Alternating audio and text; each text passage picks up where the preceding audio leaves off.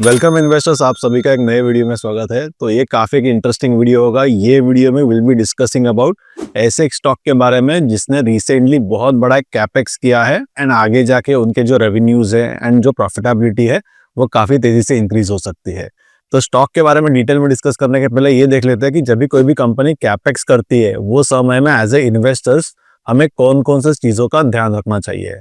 तो पहले तो आपको ये देखना चाहिए कि ये जो कंपनी कैपेक्स कर रही है वो कौन से प्रोडक्ट्स के लिए ये कैपेक्स कर रही है। ये जो आने वाले नए प्रोडक्ट्स है उसमें कितने मार्जिन्स हो सकते हैं, क्या ये margins compare to existing products ज़्यादा हो सकते हैं या कम हो सकते हैं, सो दैट ओवरऑल उनके जो कंबाइंड मार्जिन्स होंगे इन फ्यूचर उस पर क्या इम्पैक्ट आ सकता है। इसके अलावा टोटल कितने करोड़ का कैपेक्स होने वाला है और ये कैपेक्स कंप्लीट होने के बाद एट फुल यूटिलाइजेशन वो कैपेक्स से कितने जो रेवेन्यूज है दैट इज एक्सपेक्टेड, जिसको हम असेट टर्न्स भी कहते हैं। फॉर एग्जांपल 100 करोड़ का कैपेक्स कंपनी कर रही है एंड एट 100% यूटिलाइजेशन वो प्लांट से we are expecting 300 crore of revenues. तो total asset turns 300 divide by 100 यानी 3 टाइम्स हो जाता है। तो एक बार आपको असेट टर्न्स पता है या total potential of that plant या कैपेक्स पता हो जाएगा and at the same time suppose आपके पास मार्जिन्स भी है, then you can calculate return on capital employed या pay back period. For example in this case suppose 300 crore के रेवेन्यूज आते हैं एंड इबिट जो है वो पर्टिकुलर कैपेक्स का या वो पर्टिकुलर प्रोडक्ट का वो सपोज 10% है, यानी 300 करोड़ का यदि आप 10% लोगे तो 30 करोड़ के आसपास आपको इबिट आएगा। तो 30 करोड़ और टोटल जो कैपेक्स लगा है ये पर्टिकुलर प्रोडक्ट के लिए वो 100 करोड़ का है, यानी आपका जो टोटल आरओसी है दैट इज अराउंड 33%। यानी मैंने सिर्फ 30 डिवाइडेड बाय 100 किया एंड यदि आपको पे बैक पीरियड कैलकुलेट करना है तो पे back period in this case would be 3 years. इसका मतलब जो टोटल कैपेक्स किया है 100 करोड़ का वो पे बैक करने के लिए कंपनी को 3 साल का समय लगेगा। This is how you can calculate the pay back period and ROC along with the total asset turns कितने हैं। तो ये सारे जो कैलकुलेशन है that you have to do to understand company का आगे जाके फ्यूचर ट्रेजेक्टरी क्या होने वाला है। बिकॉज कंपनी के ये एडिशनल कैपेक्स से कंपनी का आगे जाके आरओसी कम हो जाता है because of lesser asset turns और लेसर मार्जिन्स और वॉट एवर रीजंस। तो ये केस में it may not be a value accretive capex, इससे कंपनी का जो पी है वो भी रिड्यूस हो सकता है एंड फाइनली वैल्यूएशंस पे इम्पैक्ट आके जो स्टॉक प्राइस है that also can badly impacted. इसके अलावा आपको ये भी देखना चाहिए कि कंपनी ये जो है वो कैपेक्स को कैसे फंड कर रही है, क्या वो इक्विटी या इंटरनल अक्रूवल से फंड कर रही है, कुछ एडिशनल डेट ले रही है या कुछ फंड रेस कर रही है इन टर्म्स ऑफ इक्विटी, यानी प्रेफरेंशियल इशू हो गया या क्यूआईपी हो गया या राइट्स हो गया। तो बेसिकली क्या तरीके से company is planning to fund this capex is also very very important to understand company का आगे जाके फ्यूचर में कितना इक्विटी डायल्यूशन होगा या कितना एडिशनल डेट कंपनी को ये कैपेक्स के लिए लग रहा है। इसके अलावा very very important point is that कि क्या वो मैनेजमेंट ये कैपेक्स कंप्लीट करने के लिए एग्जीक्यूट करने के लिए स्किल्ड है या नहीं। बिकॉज काफी टाइम ऐसे हो जाता है कि management goes into a different area जहां पर उनके पास एक्सपर्टाइज नहीं है and that can be a wrong capital allocation, जिसके वजह से कंपनी के लॉन्ग टर्म के जो फ्यूचर प्रोस्पेक्ट्स है इसमें कुछ इश्यूज आ सकते हैं। तो ये भी आपको एक बार चेक करना है। इसके अलावा जो नए प्रोडक्ट्स में कंपनी एंटर कर रही है उसमें कितना कंपटीशन है, क्या वो हाईली कमोडिटाइज प्रोडक्ट है या वो बहुत ही नीश प्रोडक्ट है जिसमें बहुत ज्यादा कंपटीशन नहीं है इसलिए मार्जिन अच्छे हो सकते हैं। फॉर एग्जांपल गरवारे हाईटेक के केस में यदि आप देखोगे तो उन्होंने जो सन कंट्रोल फिल्म्स का एक उनके पास ऑलरेडी कैपेसिटी अवेलेबल था उसको ही उन्होंने एक्सपांड किया in terms of architectural film. Similar आप देखो तो प्रोडक्ट्स आ जाता है, एप्लीकेशन डिफरेंट है एंड उसके बाद में successfully they have also scaled up या completed the capex related the PPF का जो पर्टिकुलर उनका एक कैपेसिटी डबल करने का प्लान था। तो यहाँ पर कंपनी के पास ऑलरेडी एक्सपर्टाइज थी but after that they are entering into backward integration जहां पर वो नए प्रोडक्ट में जा रहे हैं और प्रोडक्ट का नाम है पॉलीयूरेथीन। तो पॉलीयूरेथीन या जो पीयू का आप देखोगे तो इंडिया में कोई भी मैन्युफैक्चरर नहीं है। तो वी हैव टू सी कि एक्चुअली कंपनी कैसे स्केल अप कर सकती है, कैसे एग्जीक्यूट कर सकती है कैपेक्स को, because this is a completely new product.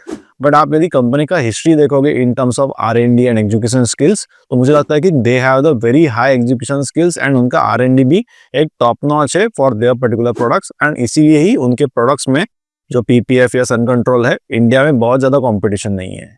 और ये जो कैपेक्स है वो आपको बैलेंस शीट में कैसे चेक करना है, तो CWIP से आप चेक कर सकते हो, यानी capital work in progress, and उनके जो फिक्स असेट्स है वो कैसे इंक्रीज हो रहे हैं over the period of time. यहाँ से भी आपको दिख जाएगा कि कंपनी में कुछ एक मेजर कैपेक्स चल रहा है।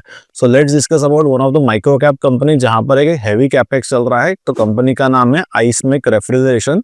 यदि आप उनका बैलेंस शीट देखोगे तो उसमें करंटली जो CWIP है वो लगभग 52 करोड़ का है, यानी कि एडिशनल कैपेक्स कंपनी ने किया है। तो ये जो कैपेक्स रिलेटेड इन्फॉर्मेशन है इसके बारे में हम ये वीडियो में काफी डिटेल में डिस्कस करेंगे।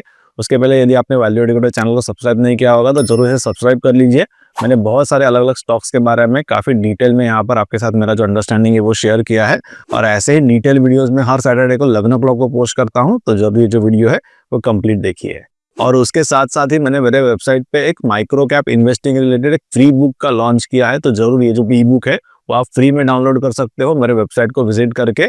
It can be very beneficial for you. बहुत सारी चीज़ों को यहाँ पे मैंने डिटेल में एक्सप्लेन किया है। तो जरूर आप ये जो फ्री बुक का कॉपी है वो मेरे वेबसाइट पे जाके चेक कर सकते हो। लिंक जो है आपको नीचे डिस्क्रिप्शन में मिल जाएगी। So let's come back to the Icemake. इनका जो बिजनेस मॉडल इनके बारे में पहले देख लेते हैं, कौन कौन से सेगमेंट में वो ऑपरेट करते हैं और आगे जाके क्या कैपेक्स कंपनी ने प्लान किया है और कितने एडिशनल रेवेन्यूज आ सकते हैं, ये सब के बारे में अभी हम देख लेते हैं। तो यदि आप देखो तो ये जो कंपनी है वो कूलिंग रिलेटेड जो सोल्यूशंस है या इक्विपमेंट जो है उसका मैन्युफैक्चरिंग करती है, and these equipments and solution they provide to their clients. Company की यदि आप देखो तो टोटल 5 वर्टिकल्स है, जिसमें कोल्ड रूम्स आ जाते हैं, कमर्शियल रेफ्रिजरेशन है, इंडस्ट्रियल रेफ्रिजरेशन है, ट्रांसपोर्ट रेफ्रिजरेशन है, एंड अमोनिया रिलेटेड रेफ्रिजरेशन है। उनके यदि आप एप्लीकेशंस देखोगे ये अलग अलग उनके जो प्रोडक्ट्स है उसके, तो उसमें डेयरी आ जाता है, आइसक्रीम इंडस्ट्री है, फूड प्रोसेसिंग है, एग्रीकल्चरल है, फार्मा है, देन कोल्ड चेन्स है, लॉजिस्टिक सर्विसेज है, हॉस्पिटल्स है, एंड रिटेल सेगमेंट आ जाते हैं। ये जो कंपनी के अलग अलग सेगमेंट्स है, यदि आप उनका सेगमेंटल स्प्लिट देखोगे इन टर्म्स ऑफ रेवेन्यू, तो सबसे ज्यादा जो रेवेन्यू है वो कोल्ड रूम से आता है, वो लगभग 47% का है कंपेयर टू टोटल रेवेन्यूज। उसके बाद में कमर्शियल रेफ्रिजरेशन से 28% का है, इंडस्ट्रियल रेफ्रिजरेशन से 5%, अमोनिया सेगमेंट से 10%, एंड ट्रांसपोर्ट रेफ्रिजरेशन से अगेन 10% आता है। तो ये जो अलग अलग प्रोडक्ट सेगमेंट्स है कंपनी के, जिससे कंपनी के रेवेन्यूज आते हैं, उसके बारे में थोड़े डिटेल में डिस्कस कर लेते हैं कि कौन कौन से प्रोडक्ट्स आते हैं इसमें, इसके अलावा क्या मार्जिन्स है या क्या टिकट साइज है, इसके बारे में अभी देख लेते हैं। तो कंपनी का जो फर्स्ट सेगमेंट है कोल्ड रूम्स का, इसमें वो कोल्ड रूम्स को डिप्लॉय करते हैं एट क्लाइंट्स लोकेशन। और यदि आप एवरेज टिकट साइज देखोगे ये सेगमेंट का, वो लगभग 3 to 4.5 लाख का है, एंड जो ग्रॉस मार्जिन है ये सेगमेंट के वो लगभग 28 to 32% के है। इसके बाद में कमर्शियल रेफ्रिजरेशन का जो सेगमेंट है कंपनी का, इसमें कंपनी का जो प्रोडक्ट साइज है वो लगभग 50,000 to 75,000 के आसपास आ जाता है एवरेज टिकट साइज, एंड यहाँ पर जो मार्जिन है वो थोड़े बेटर है, 32 to 34% के है, बिकॉज ये जो प्रोडक्ट्स है वो थोड़े कस्टमाइज प्रोडक्ट है which are actually design according to the clients needs. ये सेगमेंट की यदि आप प्रोडक्ट्स देखोगे तो उसमें चेस्ट फ्रीजर्स है, चेस्ट कूलर्स है, वर्टिकल कूलर्स है, डेयरी फ्रीजर्स है, बल्क मिल्क चिलर्स है, मिनी ब्लास्ट फ्रीजर्स है, आइसक्रीम हार्डनर जैसे काफी अलग अलग वास्ट प्रोडक्ट्स वो ये पर्टिकुलर कमर्शियल रेफ्रिजरेशन के सेगमेंट में यहाँ पे मैन्युफैक्चर करते हैं। और यही सेगमेंट का उन्होंने आगे जाके कैपेक्स भी किया है, जिसके बारे में जो डिटेल्स है हम आगे जाके देखेंगे। इसके बाद में कंपनी एक नए सेगमेंट में एंटर कर रही है, अमोनिया रेफ्रिजरेशन का। ये सेगमेंट में यदि आप देखो तो कंपनी काफी बड़े साइज के जो प्रोजेक्ट्स है उसको हैंडल करती है। Project size can be as small as 50 lakhs, and ये 15 करोड़ तक भी यहाँ पर आप देखोगे तो वो जा सकता है। काफी बड़े प्रोजेक्ट्स हो सकते हैं ये सेगमेंट में, and company is planning to give the complete solution starting from the designing, then manufacturing, assembling, then fabrication, installation, testing. So complete एक ओवरऑल सॉल्यूशन कंपनी ये जो अमोनिया का सेगमेंट है इसमें दे रही है। ये जो अमोनिया का सेगमेंट है इसमें कंपनी के पास 10 to 12% के ग्रॉस मार्जिन अवेलेबल है। इसके बाद में जो नेक्स्ट सेगमेंट है दैट इज ट्रांसपोर्टेशन रेफ्रिजरेशन। ये सेगमेंट में company refrigerated vans, insulated containers और बंक हाउसेस प्रोवाइड करती है उनके क्लाइंट्स के लिए, और जो ग्रॉस मार्जिन है ये सेगमेंट का वो लगभग 15 to 19% का है। यदि आप ये पर्टिकुलर सेगमेंट का एप्लीकेशंस देखोगे तो वो आइसक्रीम इंडस्ट्री में होता है, फूड प्रोसेसिंग में होता है, agriculture, pharma, cold chain, hospitals और रिटेल में होता है। इसके बाद में जो नेक्स्ट एंड लास्ट सेगमेंट है that is related to the industrial refrigeration. इसमें यदि आप देखोगे तो they provide the different products related to water chilling plants, brine chilling plants, ice building tanks, और ये जो सारे प्रोडक्ट्स है वो कस्टमाइजेबल प्रोडक्ट्स है। यदि आप ग्रॉस मार्जिन देखोगे इसमें तो 28 to 31% के ग्रॉस मार्जिन अवेलेबल है, और इसके अलावा टोटल प्रोडक्ट का यदि आप एवरेज टिकट साइज देखोगे तो लगभग 2.5 to 3 लाख के आसपास आ जाता है। यदि हम एग्जीक्यूशन का टाइमलाइन देखेंगे सेगमेंट वाइज, तो कमर्शियल रेफ्रिजरेशन के लिए वो 2 से 4 वीक्स का है, कोल्ड रूम के लिए वो 8 से 9 वीक्स का है, ammonia, dairy and turnkey projects के लिए लगभग वो 10 टू 12 मंथ्स लगते हैं उनको एग्जीक्यूट करने के लिए। यदि ओवरऑल क्लाइंट्स देखेंगे हम कंपनी के, तो उसमें अमूल, कोक, सबवे, कोलर, वाडीलाल, मॉन्जिनीस, इंटास, अरविंद और इसरो जैसे काफी मार्की क्लाइंट्स है। कंपनी ने रिसेंटली उनके प्रोडक्ट पोर्टफोलियो में नए 2 प्रोडक्ट्स का यहाँ पर एडिशन किया है, जिससे उनका टोटल जो एड्रेसेबल मार्केट पहले 6000 करोड़ का था वो इंक्रीज होके 15,000 करोड़ का हुआ है। उसमें से जो फर्स्ट प्रोडक्ट है that is related to puff panel. तो पफ पैनल क्या होते हैं, यहाँ पे उनका टोटल कैपेक्स कितना हुआ है इसके बारे में अभी हम डिटेल देखते हैं। पफ पैनल का जो यूज है वो टेम्परेचर मेंटेन करने के लिए होता है, और कंपनी ने जो कैपेसिटी रिसेंटली यहाँ पर शुरू किया है उससे they are expecting per year per shift about 200 crore के रेवेन्यूज।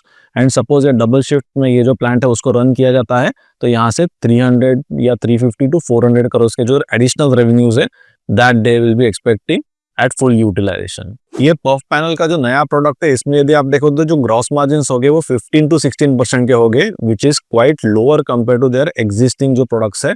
बट यहाँ पर जो नेट मार्जिन्स हो गए यानी जो एबिटा मार्जिन्स हो गए उसमें बहुत ज्यादा इंपैक्ट नहीं आएगा, बिकॉज ये जो पफ पैनल का प्लांट है that will be completely automated plant, और इसी वजह से उनका बहुत ज्यादा जो एक्सपेंस है वो लेबर्स पे नहीं होगा। और ये जो पफ पैनल का नया प्रोडक्ट वो ऐड कर रहे हैं इससे उनका जो टोटल एड्रेसेबल मार्केट साइज हो जाएगा वो एडिशनली 4000 करोड़ से बढ़ जाएगा। इसके बाद में कंपनी और एक जो नया प्रोडक्ट ऐड कर रही है that is into commercial freezers, और ये सेगमेंट में company will be manufacturing coolers और चेस्ट फ्रीजर्स। यदि आप ग्रॉस मार्जिन देखोगे ये पर्टिकुलर प्रोडक्ट्स के तो लगभग 17 टू 22% के आसपास हो सकते हैं। और ये जो प्रोडक्ट है that will be ideal for the storage and display purpose, और इसीलिए यदि आप उसका यूसेज देखोगे तो वो डेयरी में हो सकता है या रिटेल में भी ये जो प्रोडक्ट्स है वो जाएंगे। अभी हम कंपनी ने फेज 1 में कितना कैपेक्स किया है उसके बारे में डिटेल देख लेते हैं, and then will also discuss company का फेज 2 में क्या प्लान है रिलेटेड कैपेक्स। तो फेज 1 में यदि आप देखो तो ये जो पफ पैनल का प्लांट है इसके रिलेटेड कंपनी ने लगभग 60 करोड़ का कैपेक्स किया है, एंड जो प्लांट है वो ऑलरेडी यहाँ पर ऑपरेशनलाइज हुआ है। ये साल में यानी FY25 में they are expecting about 23 to 30 crore of the revenues from this particular plant. आगे जाके FY26 में लगभग 60 टू 80 करोड़ के जो रेवेन्यूज है वो पफ पैनल के जो प्लांट है उससे आ सकते हैं। इसके अलावा कंपनी के पास यदि आप देखो तो चेन्नई में एक रेंटेड लैंड है, वहां पर कंपनी ने लगभग 9 से 10 करोड़ का कैपेक्स जो है वो प्लान किया है, और ये जो कंप्लीट कैपेक्स है वो Q1 2026 में आप देखो तो कंप्लीट हो जाएगा।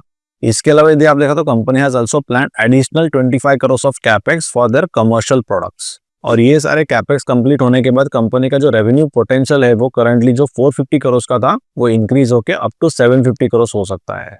इसके बाद में कंपनी का जो सेकंड फेज का कैपेक्स है वो लगभग 100 करोड़ का हो सकता है जो इक्विटी इन्फ्यूजन से आएगा, और ये कैपेक्स से कंपनी का जो मेजर यहाँ पर फोकस होगा that will be based on expanding their regional footprint. अभी हम कंपनी ने फ्यूचर का क्या गाइडेंस दिया रिलेटेड टू रेवेन्यूज उसके बारे में डिटेल देख लेते हैं। तो FY25 में company is expecting about 500 crore के रेवेन्यूज, FY26 में लगभग 650 करोड़ के रेवेन्यूज तक का यहाँ पर प्रोजेक्शन किया है, एंड लगभग FY28 तक they are planning to reach up to 1000 crore के रेवेन्यूज। कंपनी के मैनेजमेंट का करंटली ये प्लान है कि उनके जो मार्जिन है ऑन द एबिटा साइड वो लगभग 9.5 टू 10 या 10.5% तक हो सकते हैं, but once they cross 2000 to 3000 crore के revenues after that only they will be यहाँ पे focusing more on building more margins. तब तक कंपनी का जो फोकस है that is building on the revenue side and expanding the market and going into the different new territories.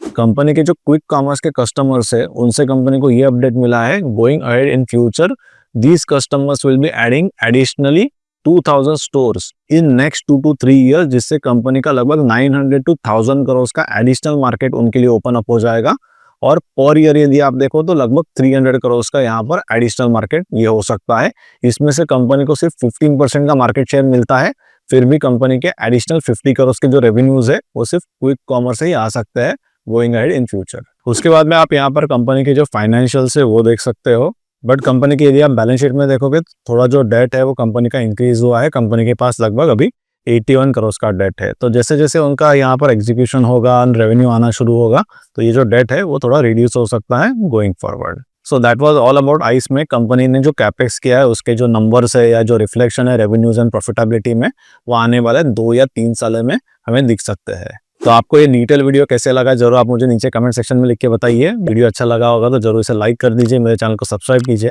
And bell icon पे click कीजिए ताकि ऐसे जो वीडियोस है वो आपको आगे जाके भी मिलते रहे। और मैंने माइक्रो कैप इन्वेस्टिंग रिलेटेड जो एक ई बुक लॉन्च किया है मेरे वेबसाइट पे, वो आप सभी के लिए फ्री में अवेलेबल है। जरूर ये जो ई बुक है आप चेक कर सकते हो, इसकी जो लिंक है आपको नीचे डिस्क्रिप्शन में मिल जाएगी। तो ऐसे ही इंटरेस्टिंग वीडियोस में हर सैटरडे को 11 o'clock को पोस्ट करता हूँ, तो जरूर ये जो वीडियोस है वो आप देखते रहिए। और जरूर ये जो वीडियोस है आप आपके फैमिली और फ्रेंड्स के साथ शेयर कर सकते हो ताकि उनको भी काफी इंटरेस्टिंग इंसाइट मिल सकते हैं। तो अभी हम मिलेंगे नेक्स्ट सैटरडे को 11 o'clock को with interesting detail understanding of one of the small and micro cap company. तब तक मेरे बाकी जो वीडियोस है आप डेफिनेटली देख सकते हो।